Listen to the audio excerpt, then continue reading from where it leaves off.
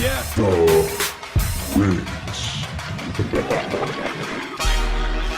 We game time ready. Welcome to my gym where the crowd stays heavy.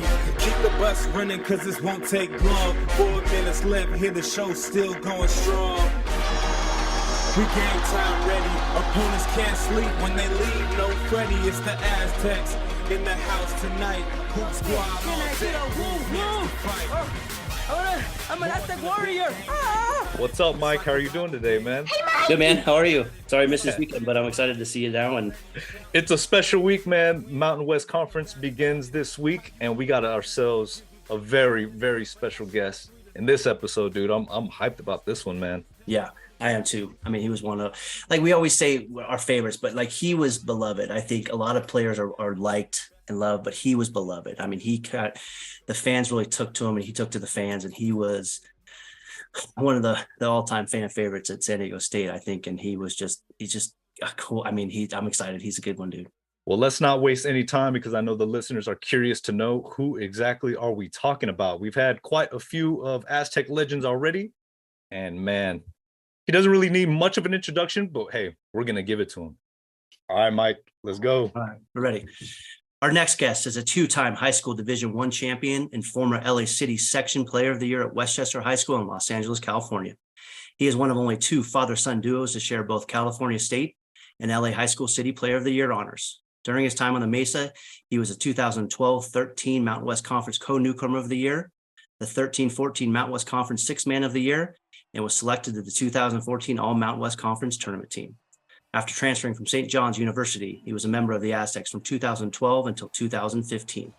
He helped lead the Aztecs to 2 regular season Mountain West Conference titles and 3 NCAA tournament bursts, where he was part of 4 NCAA tournament wins, including reaching the Sweet 16 during the 2013-14 year. He was a member of the legendary Aztec squad that beat the Kansas Jayhawks in Lawrence at Fog Allen Fieldhouse in January of 2014 and hit a massive game-winning 3-point shot at Boise State to seal the win and extend the season's winning streak to 19 games. He had 28 career double-figure scoring games and was part of the team that played on the USS Midway Carrier Classic in 2012. We are honored to welcome an all-time Aztec favorite, Dwayne Polee II, to the podcast.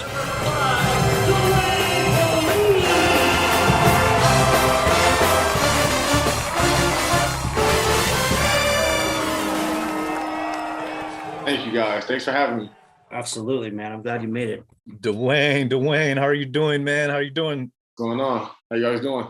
Man, we thank you for taking some time and joining us, dude. I know it's a busy time of the year. We're going to get into a lot of things. Hopefully we won't ask you too many questions and take up too much of your time, but fire away. So tell us, Dwayne, it's an honor to have you on the show. And, we're all curious to know what is going on in the life of Dwayne Polee Jr. these days. What are you up to?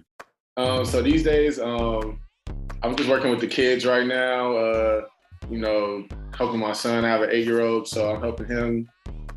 He's trying to get into sports right now, so that's kind of just been my main focus. I had a little stint with the Dallas Mavericks doing player development, so trying to get back to that as well. But right now, I'm just working with the kids right now. Love to hear that, man. Love to hear that. You're obviously one of the most beloved Aztecs of all time in the program.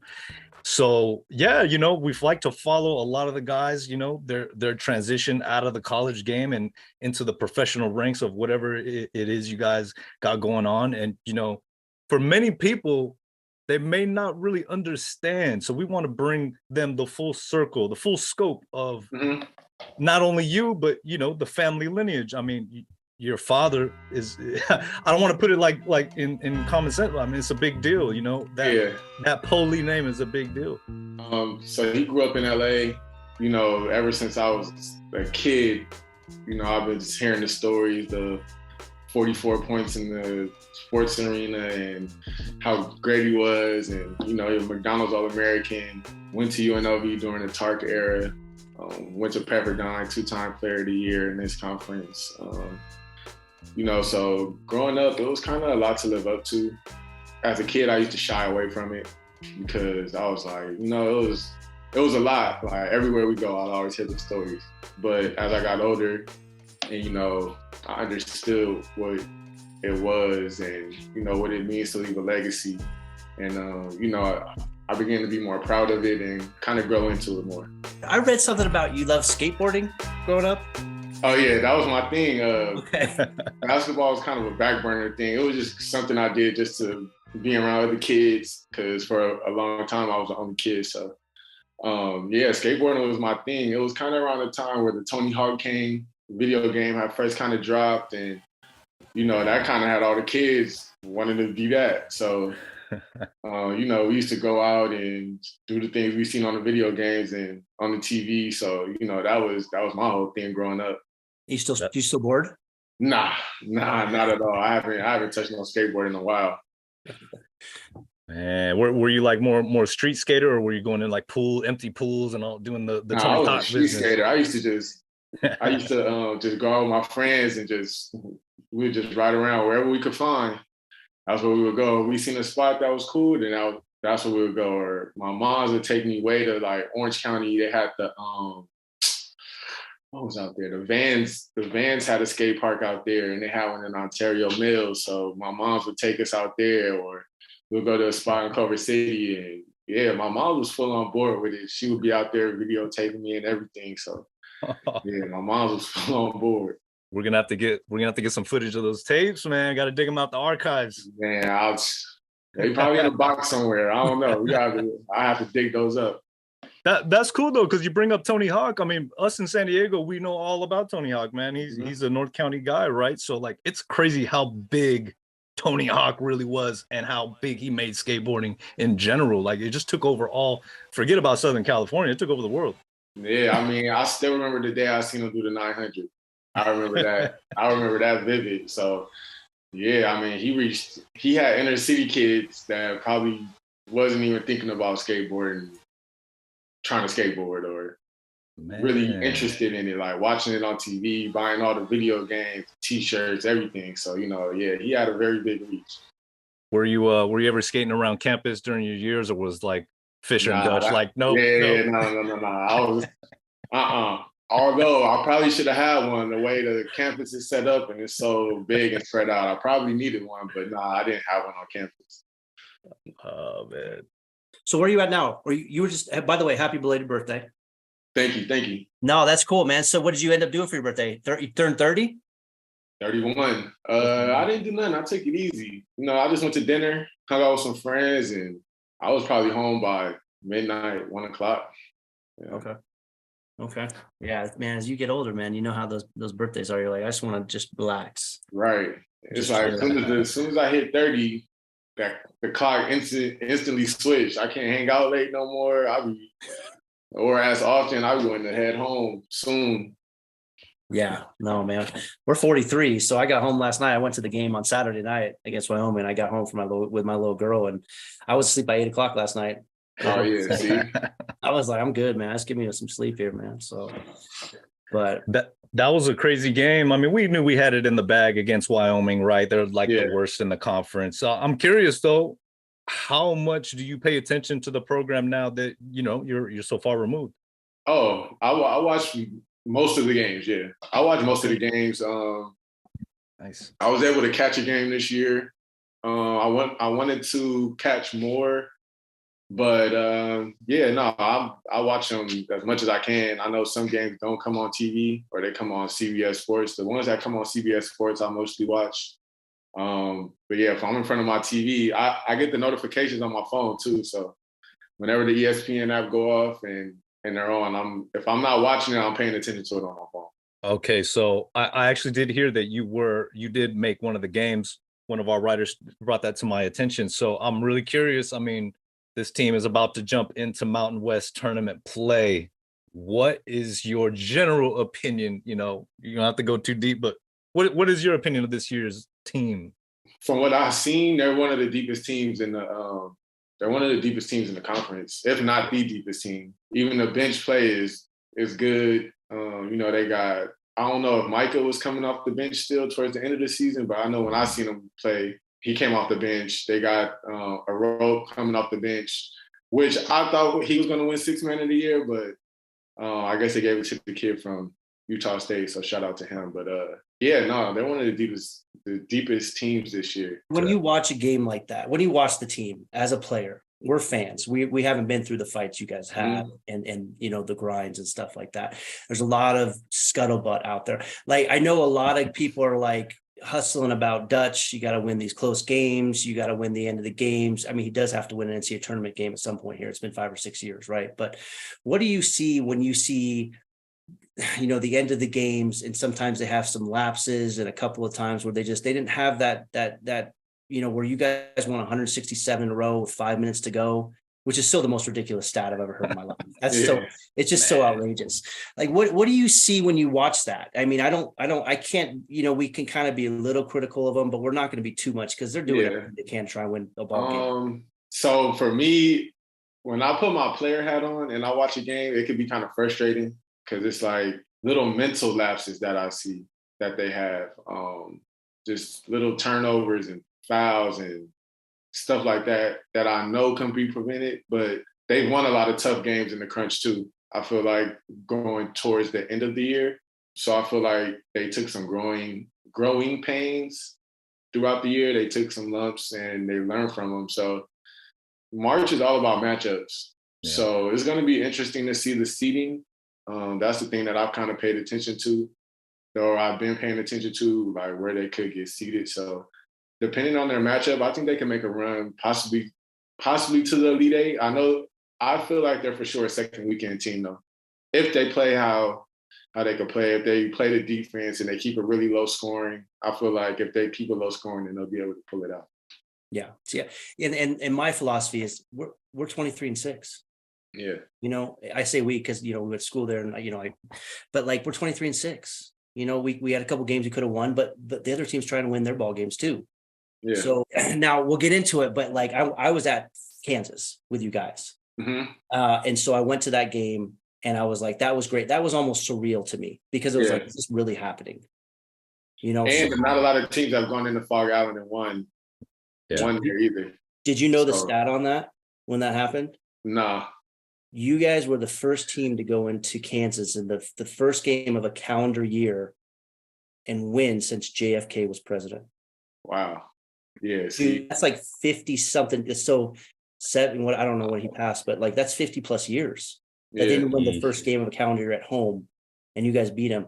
So to me, that game was like, is this happening? Like this, it's one of those games you're like, all right, when is it going to go the other way? Because being from San Diego and a San Diego kid, San Diego sports to me is like, when's this shit going to go sideways? You know what I mean? Like, let's just be honest, right?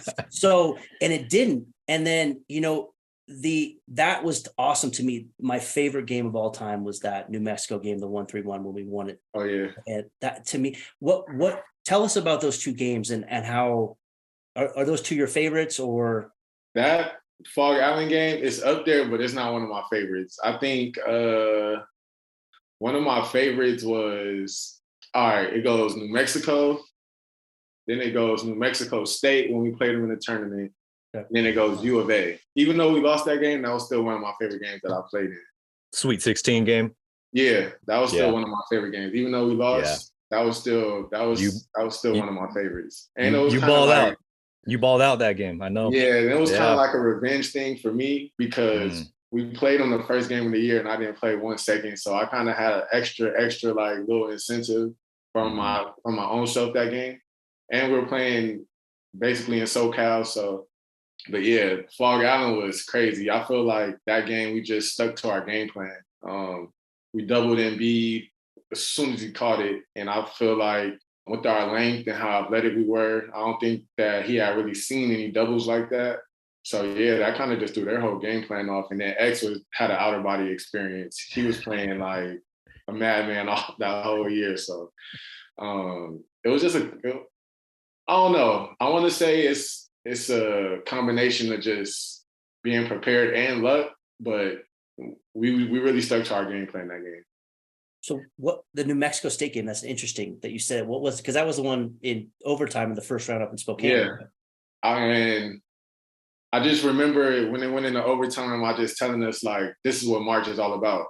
Like this moment, this first round game against a New Mexico State, I think they're in the WAC or the WAC, I think.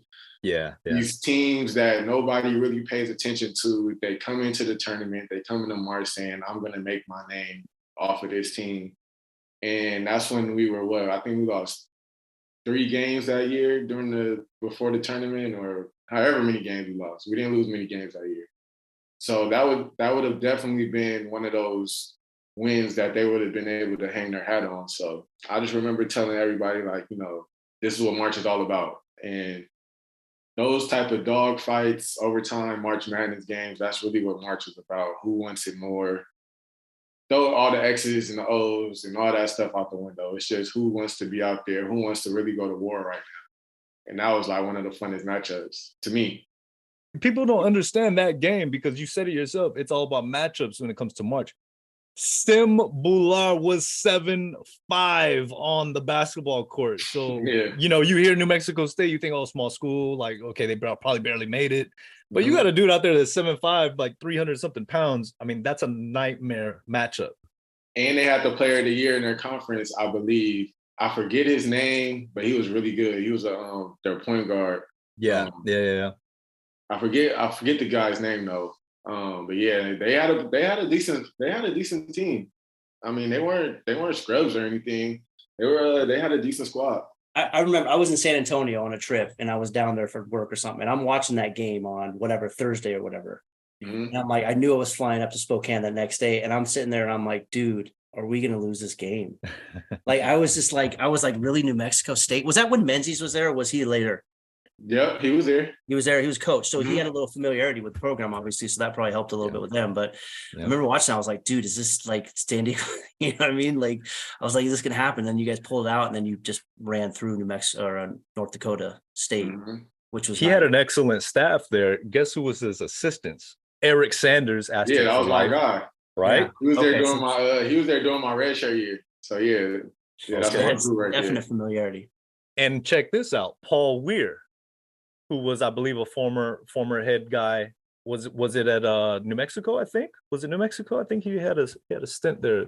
That's a recognizable name as well, man. So I mean that team wasn't a slouch. Yeah, no, they were really good actually.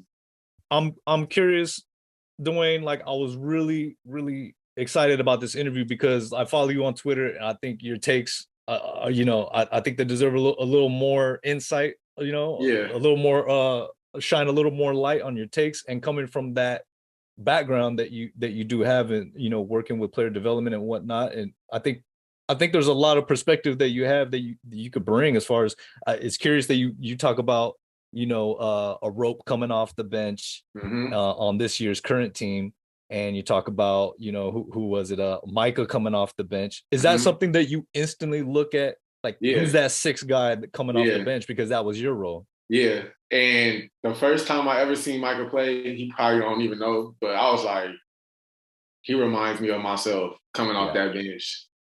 Energy guy, knock down shots. He can create his own offense, and he plays defense, like locks up. So I love his game. Like, I think I tweeted that, like, I love his game. But I have a different connection with the sixth man just because that was my role. And I know how important that role is to a team, a winning team.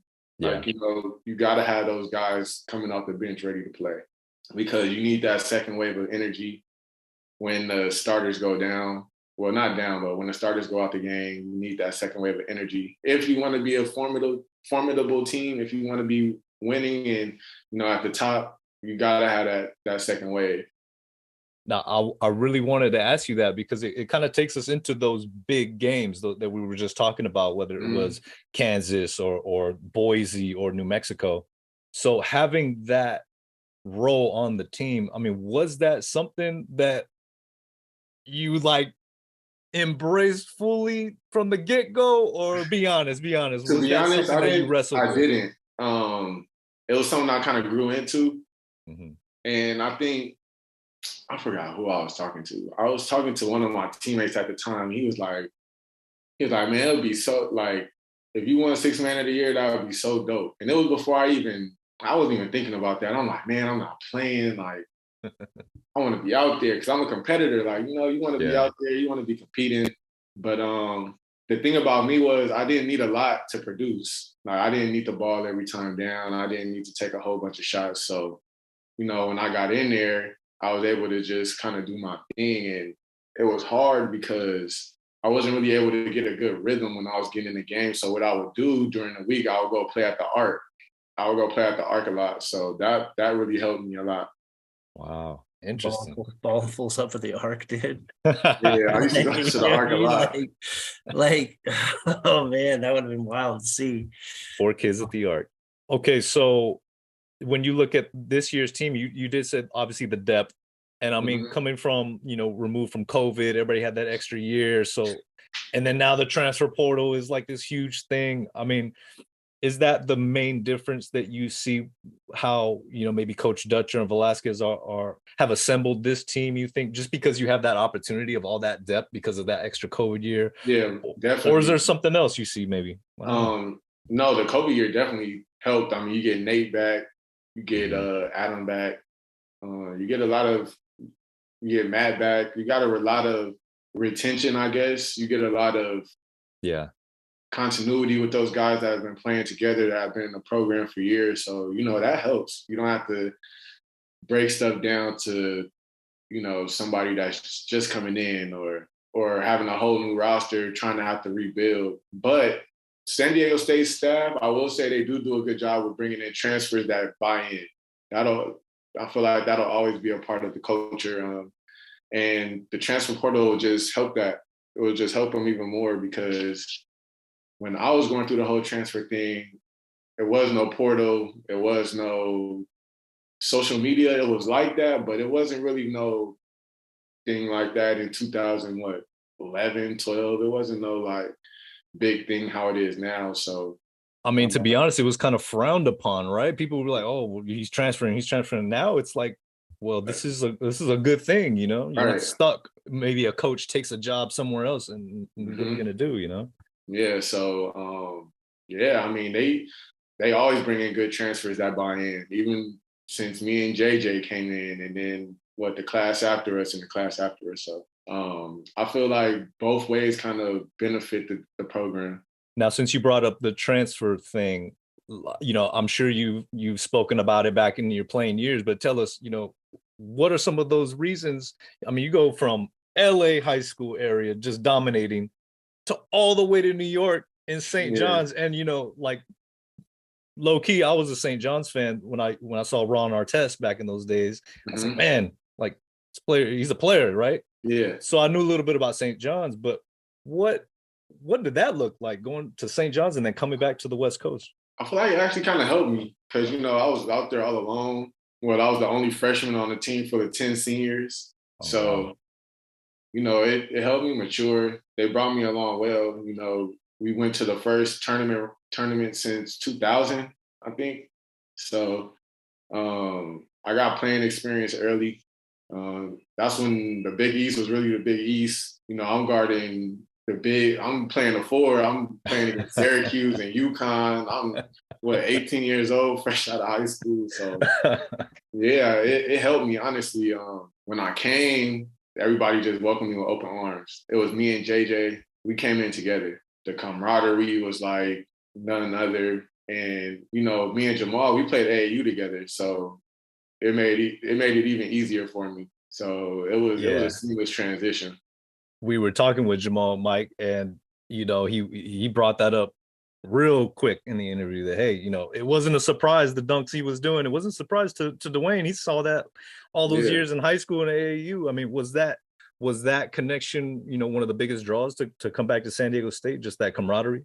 Yeah, for sure. And then, you know, Tony Bland, he's an LA guy and Westchester guy at that. So, you know, me and him, we formed a relationship, and that's really the real reason why I ended up even going to San Diego State.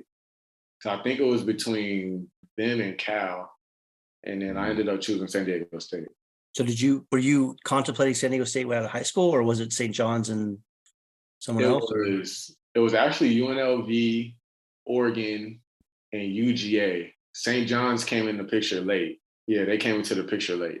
And what was it about St. John's? Was it the Steve Lavin connection, or? Honestly, yeah, it was Coach Lavin. You know, he's an and I love him to death. He's a great salesperson. You know, he could sell water to a well, honestly. He's one of my favorite people ever. He kept it completely transparent with me. He kept, like, I have nothing bad to say about him. You know, he's gonna get it rolling soon at USD. It might take him some time, but he's gonna get it going over there. Yeah, he sold me on St.Johns right off the bat. Me and my mom went out there, and my sister. And yeah, we fell in love with the campus, with the coaching staff and everything. Now, what an interesting circle that the Aztecs end up playing St.Johns in the tournament. You got to face against your old team back then. Was that a little awkward? Yeah, that was fun. Balled out, man. And you know, D'Angelo Harris, Sir Dominic, Phil Green. I hosted them on their visits. Yeah, so it was a fun matchup. That was a fun day. So when you sat out that 1 year because of the transfer rules at that point, what was your biggest thing that you learned or got, you know, better at when you sat out that year, and how tough was it to do that after going from playing all the time to? The one thing I really had to focus more on was like the school aspect of it, like the class and everything, because I'm having all this free time. I'm not thinking about like study all the, I want to go to the gym, or you know, I wanted to do other stuff. So the school part, it helped me focus in on that a little more. There was some slippage with the school thing, just because I'm like, man, I just want to hoop. Like, yeah, I'm here to play basketball, and that's not the right mindset to have. You looking back at a 19-year-old me, you know, I probably would be like, you know, I gotta pick it up in both areas. But just tightening up on my schoolwork, putting that focus into school. I think that's the biggest thing that kind of helped me. One of the things I love as far as like kind of taking it back to you and Jamal in the AAU days, and just knowing that you put yourself out there to go all the way to New York by yourself, putting yourself in that position. Okay, of course, you came back to SoCal. I'm sure that had to be nice to be around familiar faces and family and all that good stuff. But the fact that you put yourself out there, took that step, like, the confidence that it takes to do that, it makes me think of Jamal as well, because like him refusing to take the red shirt, that mentality of just, I'm going for it. You know what I mean? You see the road ahead of you. Yeah, okay, schooling is difficult. It is to focus when you really just want to ball. You want to focus on the goal at hand, right? I mean, that's what you're focusing on being there for. But tell me about those days with you and Jamal at AAU, because I want to know those first few years when you came back to state. I forgot to ask Jamal this question. There was a rumor that he had dunked in, I don't know if it was a game or practice, and he got his tooth stuck in the net. Yeah, it was in the Can art. you confirm this? Yeah, it happened in the art. He had to get a what's the ones that screw in? The tooth that screw in, a transplant, I think. Oh wow. Yeah, he had to get one of those. So it ripped the tooth out. He knocked it out on the rim, on the net. It got caught in the net. Gee. Oh my. Were you playing with him when it happened? Were you with him when it happened? Yeah, I was there. Yeah, I remember that vividly. Oh my gosh, man. Was I used to be able to jump that high. I'm not anymore. Yeah, I remember that one. Sure. That's wild. Now you're a skateboarder. Any injuries to falling off the board or dunking like Jamal like that? Any kind of craziness and trying to attempt to dunk? Nah, I haven't really had no. The worst injuries I had was probably like a concussion, a ruptured eardrum. Oh my dislocated my pinkies. That's about it as far as injuries. Yeah, I haven't had no broken bones or torn nothing. Oh wow. Yeah, I had to confirm that story. That was a real thing that really happened. I was right there, so I could confirm that for you. Well, I just want to ask a couple quick questions that we kind of asked the other guys. What was your favorite road venue in conference to play in? UNLV. Okay. I love playing at UNLV. They got the little cereal bowl arena. They get loud in there too. Yeah, that's fun times right there. We had some good battles against UNLV. And so who was the team you enjoyed beating the most in conference? New Mexico and UNLV. Okay. Both of them, because New Mexico, that was one hump we couldn't really get over. And it kind of like upset me a little bit because I ain't really like them like that. And then UNLV, that was just like a rivalry. Like that was my Duke versus North Carolina for me. Like that was when I knew it was going to be a dogfight. I knew the gym was going to be rocking. I knew it was going to be trash talk. And so that was the one for me. And then who did you enjoy like guarding, going up against the most when you were playing there? Or who gave you the biggest trouble, or however you want to, portray it? Bryce Jones is one of my favorite players to play against. Just knowing him and what he brings to a game, he was one of my favorite players to play against. Okay. Yeah, there's a lot of UNLV, like, some of the guys, it was always UNLV, it seemed like, playing those guys. And, I love beating everybody, man, but, beating UNLV in those years was a little sweeter. Yeah, we always put the asterisk next to that game because we knew that was the one. If we didn't win no other games that year, we had to win that UNLV game. So would you save a special shoe for that game that you didn't wear all year, that you wanted to be like, hey, this is the shoe I'm wearing that game? I didn't save it, but I knew I had to wear some. I knew I had to break something out. Okay. That game. I wore the True Blue 3s against UNLV when we played at UNLV. Okay. So yeah, I knew I had to have some heat on that game. That game particularly because I knew like cameras would be out. I knew the eyes would be out. So yeah, I had to come with some heat. Nice. Like, how was it playing in New Mexico? I know Jamal and Winston are like, ugh. I heard it's pretty gnarly down there. Yeah, it's crazy. I remember, I think it was my senior year. We got into like a big brawl type thing. They was throwing drinks at us. Everything. Like they're like, ugh. New Mexico. Yeah. But I know it sounds petty to like not like a school, like, okay, I don't like that school. Like, it's not like they ever did anything to me or whatever, but I really don't like New Mexico. I don't like New Mexico and I don't like Duke. Those are two schools that I just hate. It's no matter what'll happen. I don't care who plays for them or what the case, who coaches. I just don't like them. Yeah, that Duke game. Because did you guys all have the bug or something in that game? Like, or we got sick? The whole traveling party got sick. When we went to, when we played Duke in the tournament. Yeah. We were in North Carolina. I don't think it was a coincidence. Personally, the whole entire travel party gets sick. Michigan State was in our hotel. They didn't get sick. We're the only people that got sick. Coach Fish, Dutch, Tom, the players, Dave, all their wives got sick. Interesting. Wow. That's one of the biggest what ifs that I've had. I don't have a lot of what ifs, but that's one of my biggest what ifs. Like if we was full, healthy, and everybody was 100%, how would that game have gone? Because it's hard to play with that. When you got the stomach bug like we had, it's hard to play like that. Yeah. That was Jaleel Okafor. Yeah. Team. They went on to win the national championship that year too. Yeah. Some of the tournaments we gone to, the guys we played, Duke, UConn, won it all. Yep. Do you think if we would have got through that year past UConn, you think we would have won it all or had a good chance of doing it? So that was the year before me, but yeah, I mean that team was good. Yeah, I was on the outside. I was on the outside looking in on that team. So yeah, that team was good.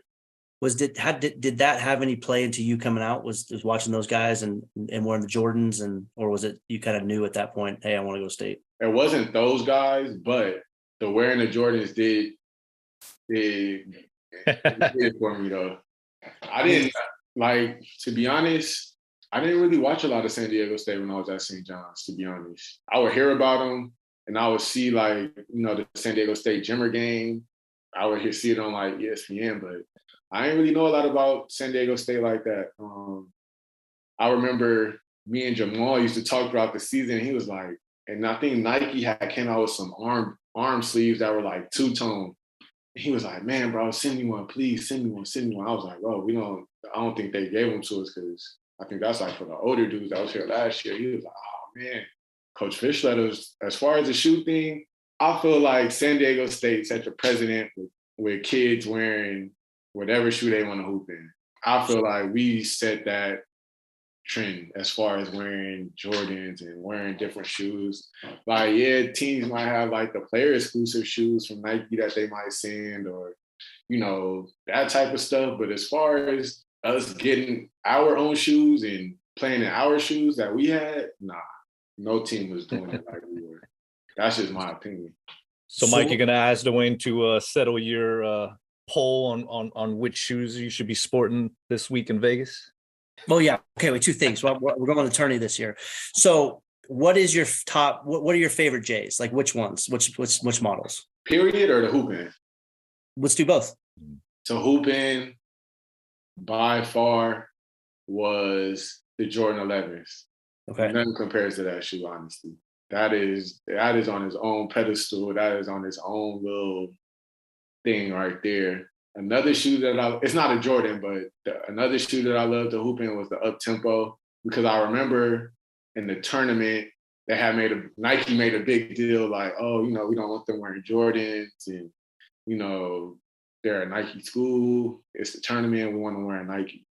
I got some cool Nikes I could wear, so I ended up wearing the Up Tempos, the black and white ones that Tim Duncan used to wear. So that was one of my favorite shoes too.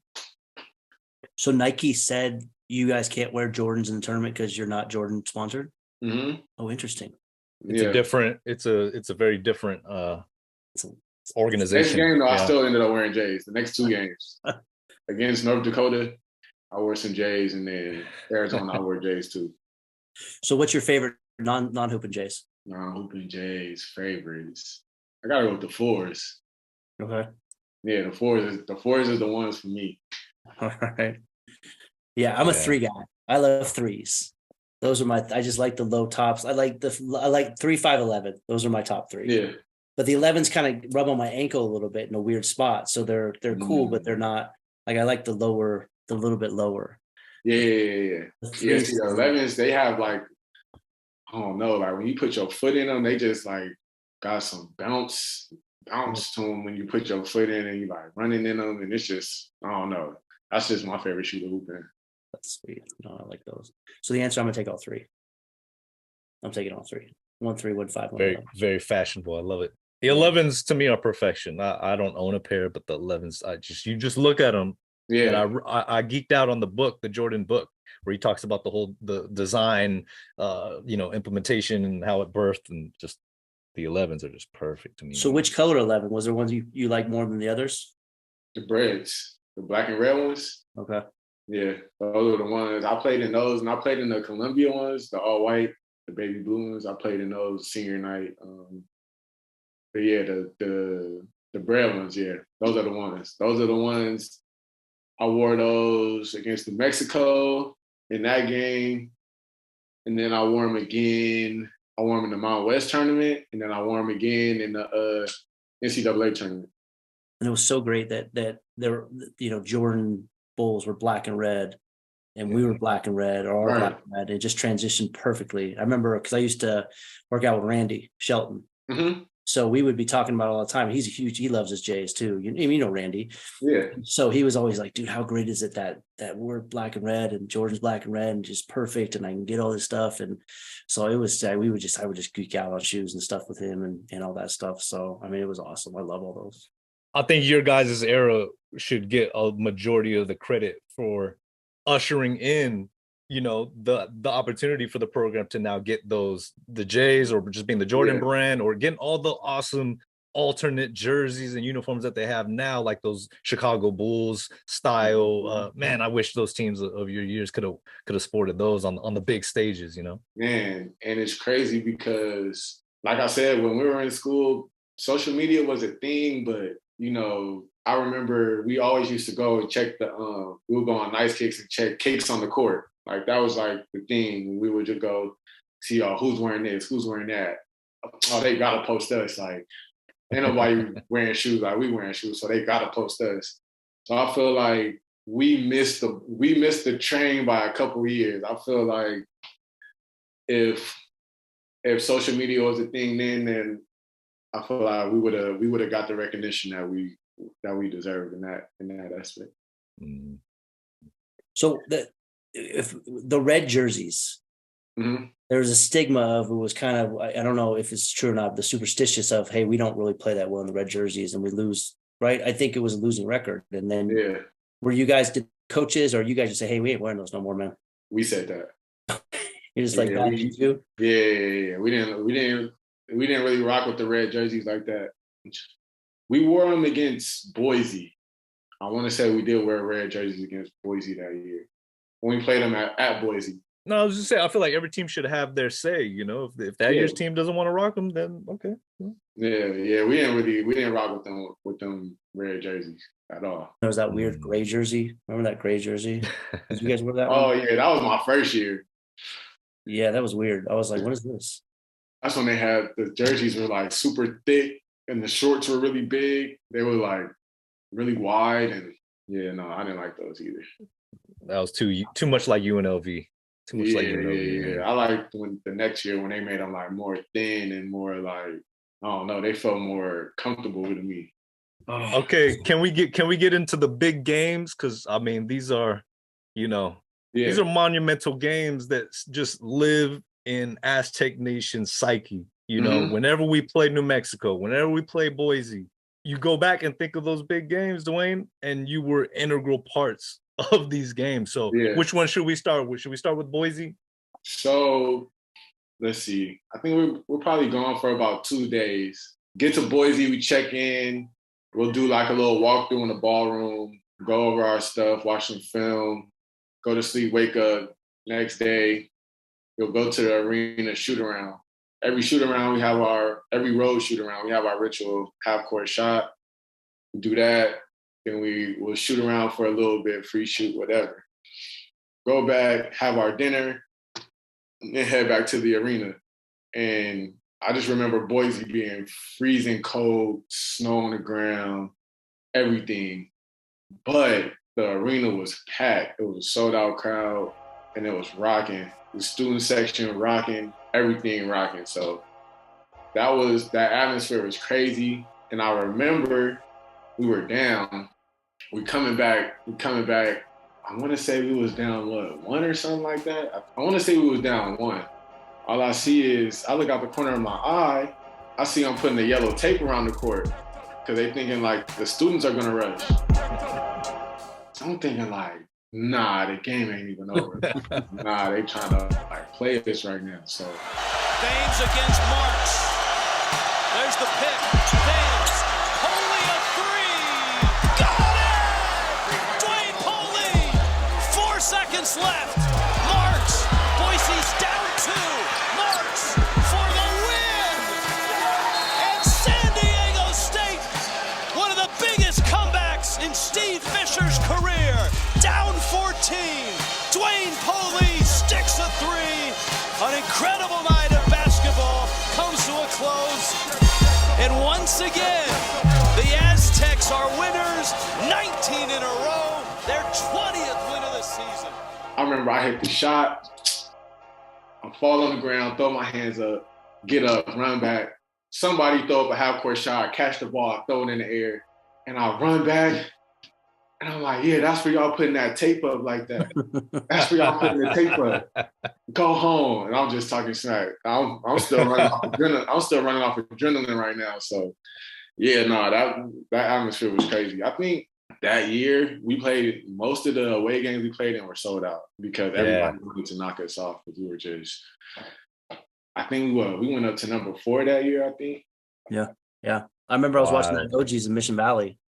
I was at Boise, Mission Valley, and you hit that shot, and I swear to God, I ran around the OGs. I ran around because I was like, yes, dude. I was like, that was such a great shot because, I don't know how many buzzer beaters you guys have had or you've had specifically, but I can't imagine it's a ton, right? Yeah. I mean, they're special. Yeah, that was a crazy moment. I just remember X driving the ball, and he had a wide open layup. That's the thing. If X wanted to shoot that ball, he could have. And I remember just sliding just a little bit to my right. I wasn't even really expecting the ball, but I was ready for it, just in case. So I just slid into a little window. The ball hit my hands, and I just let it go. And it was like the ball was like traveling in slow motion. That's what it felt like, literally in slow motion. I just seen it go through the net, and I just fell back. threw my hands up. I think that was probably one of the coolest images I had because you did fall back and kind of slid on the court. Yeah. I slid back where I had to add some theatrics to it. I wish we could have spoke to you, Dwayne, before this most recent New Mexico game. New Mexico is the team that we love to have those just crazy matchups against. And, Lamont hitting that 3. We were all at Ale Smith Brewery, which they make the official beer for San Diego State program. And the place was packed. Everybody was going crazy when he hit that shot. It was just madness. I wasn't there for the famous 1-3-1 game, but I want to talk about that game, right? Because you talked about being the 6th man coming in a desperate situation. Yeah. That first half we were just getting, their bigs were just dominating that first half. I remember the first half we were playing the game for us was just so crazy and just out of pocket. The skyline of San Diego has been disrupted by the skyline of New Mexico. The Lobo Bigs have come tonight. 33 of the 41 points, Cameron Bairstow and Alex Kirk. How about 11 rebounds between them, 4 assists, 3 blocks, and 1 turnover? I think I was going up for a layup, and Josh Davis literally got knocked down right in front of me, and I had to try and jump over him mid-stride to try and make a layup. That's how, crazy and just physical and a dogfight the game was. And now Steve Fisher has gone to a zone here. The problem with that is it's harder to rebound.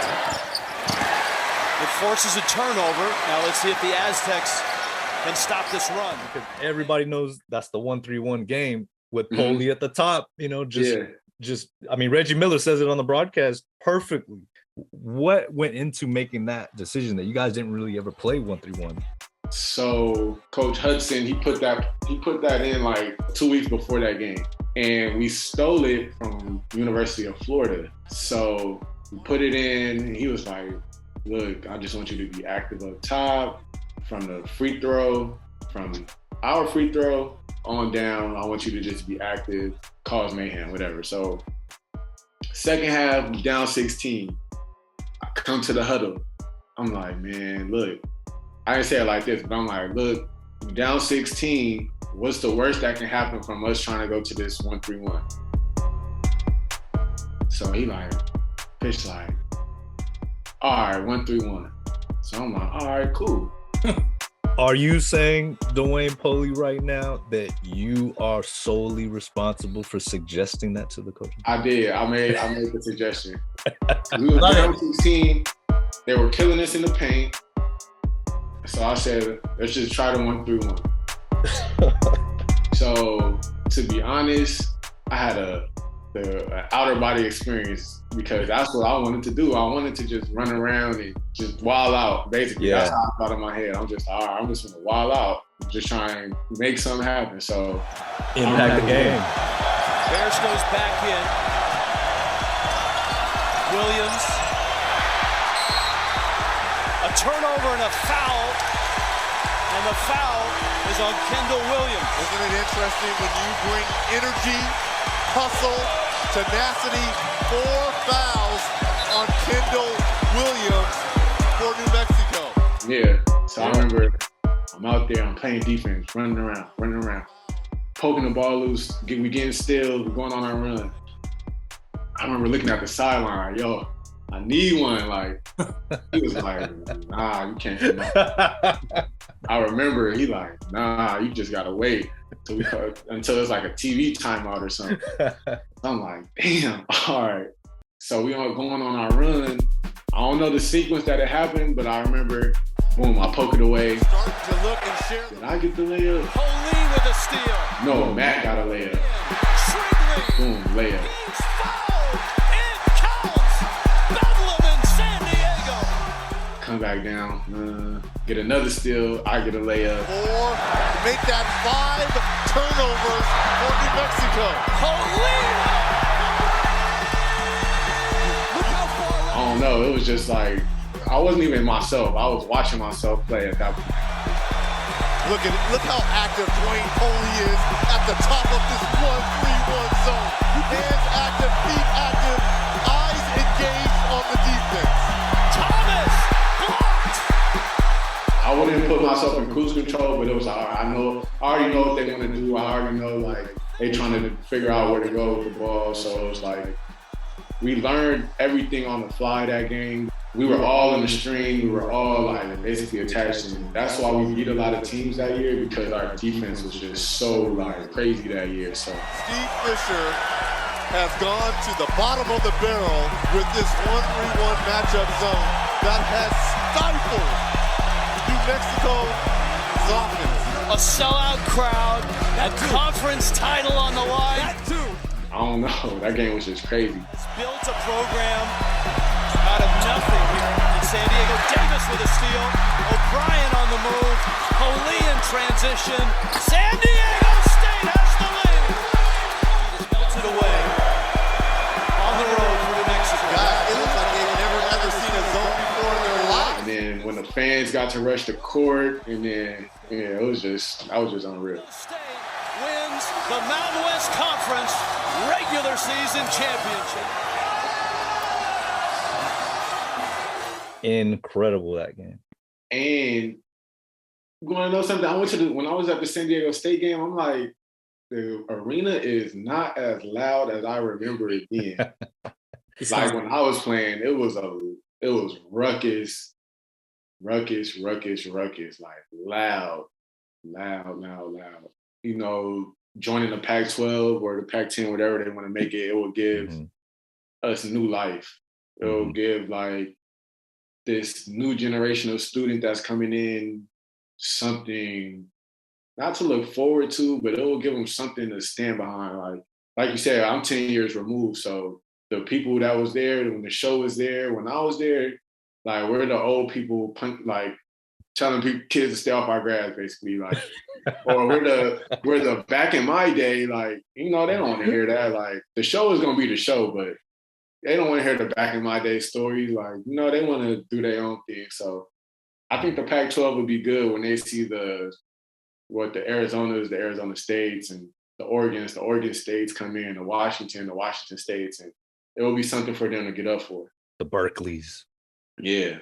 Okay, that's another interesting thing when you talk about the show, right? I mean, Sons of Montezuma, since we've been doing this thing, everything that comes out of Aztec sports has been influenced by the show. I mean, I don't care who you are, right? The show has just been amazing. How does it feel when you know you could be anywhere in campus, around campus, you bring up Dwayne Polee's name, instantly you want to sing this chant. Polee. Man, I mean, when they broke that out for the first time, I was like, to have your own chant, like people showing real love like that, like, there's nothing beats that. Nothing. You know, yeah, I went to St.Johns as well. I have a lot of love for St.Johns, but they didn't embrace me the way San Diego State does, you know. And, you know, San Diego State, the staff, the students, everybody, I hold them near and dear to my heart. Like, I love San Diego State, honestly. I love everything about the culture, Coach Dutch, and the whole staff. They're doing an amazing job, and I couldn't be more proud to say I'm an Aztec.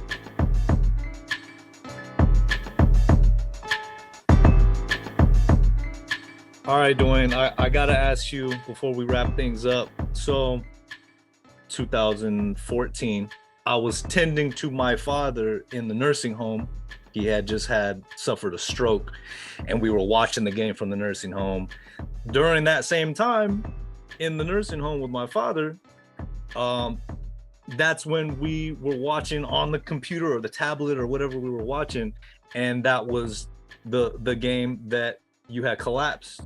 Mm-hmm. And so I definitely don't want to, you know, go without the opportunity to ask a little bit about that, a little bit about how you're doing, and just, you know, kind of touch on that a little bit, because that game stood out to me, man. I mean, I'm there with my father, you know, in that situation at his bedside, and we see that on the screen, and it hit home, you know, very much to, I mean, I had never seen anything like that in a game, to where, I mean, we're talking like a good half hour at least, you know, of stoppage and just, you know, sending out our prayers and our hopes in that moment.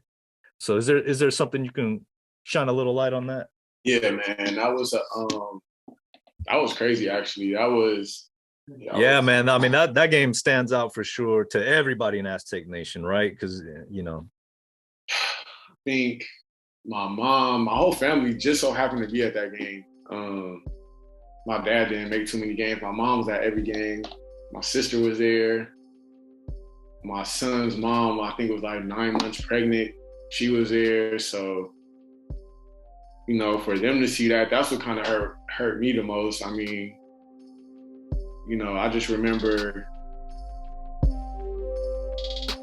So the whole thing happens because, well, I think it was because it was just a lot of stress I was going under. I think we had just lost to Cincinnati, and I was playing okay. Just lost in overtime to Cincinnati at Cincinnati. And everybody was like, well, Dwayne, you didn't do this, you didn't do this, you didn't do this. So we didn't win. And I was like, damn, like I'm bearing the weight of the whole L on me. Mm-hmm. So then Coach Fish come to me, he's like, well, we're gonna let you come off the bench. And you know, we're gonna see how this looks. I'm like, what? Like, so whatever. I'm like, man, all right, forget it. Like, I gotta ball out now. Like, cause now I'm back to the year before where I gotta prove myself all over again. I gotta come off the bench, whatever. So I'm like, all right, whatever. So I'm hooping. I'm trying to go as hard, whatever. Boom. We're going up and down like this, up and down, up and down. I come down, miss a layup. And I remember I'm jogging back, but I'm like trying to catch my breath when I'm jogging back. All I hear is Coach Hudson yell, Dwayne, get to your man. So I'm like, all right, I'm trying to get to my man, but I'm stumbling. Then I just fall, boom, I'm out. Next thing you know, I just wake up everybody around me. I'm just like, oh man, what the happened?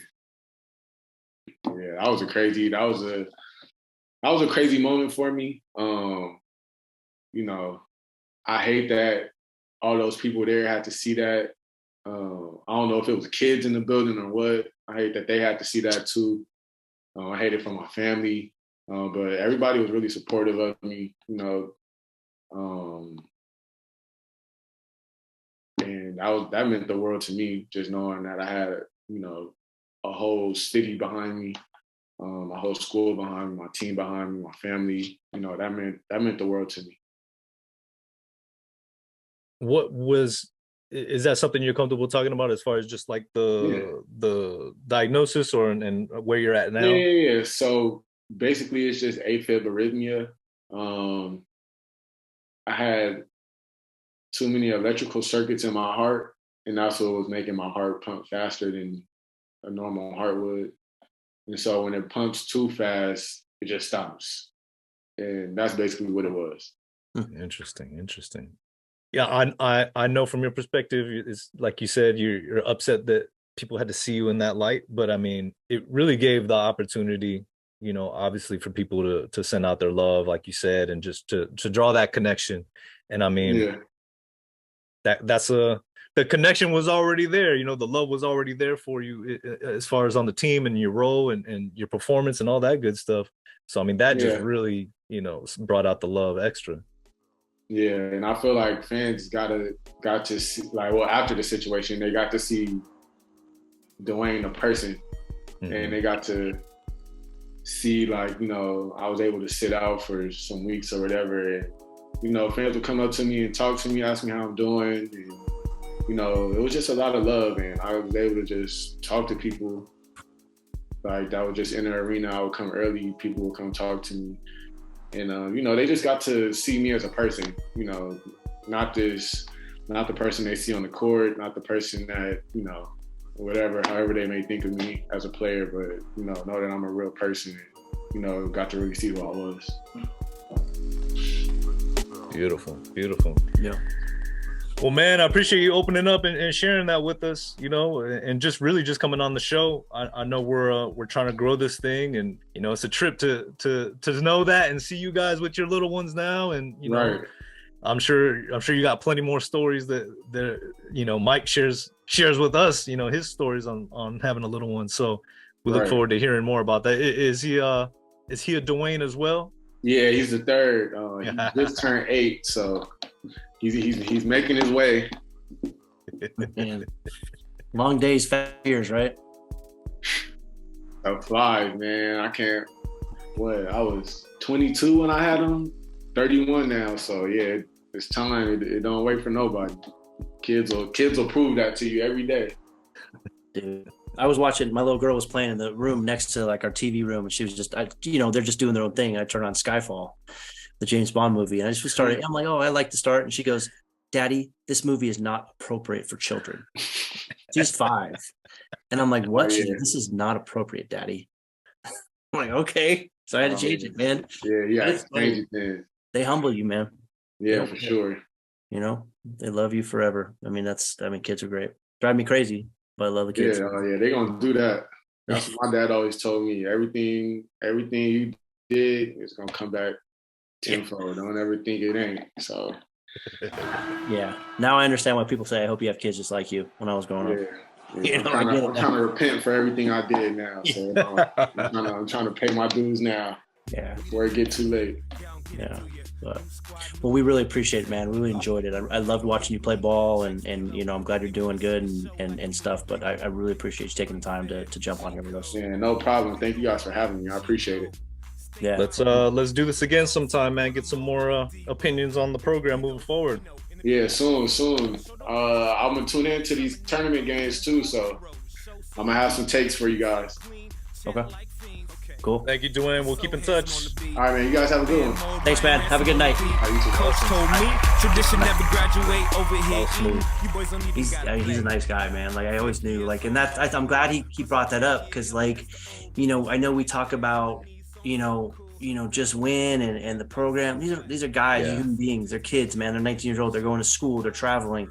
They have a lot on their plate that the normal students don't have.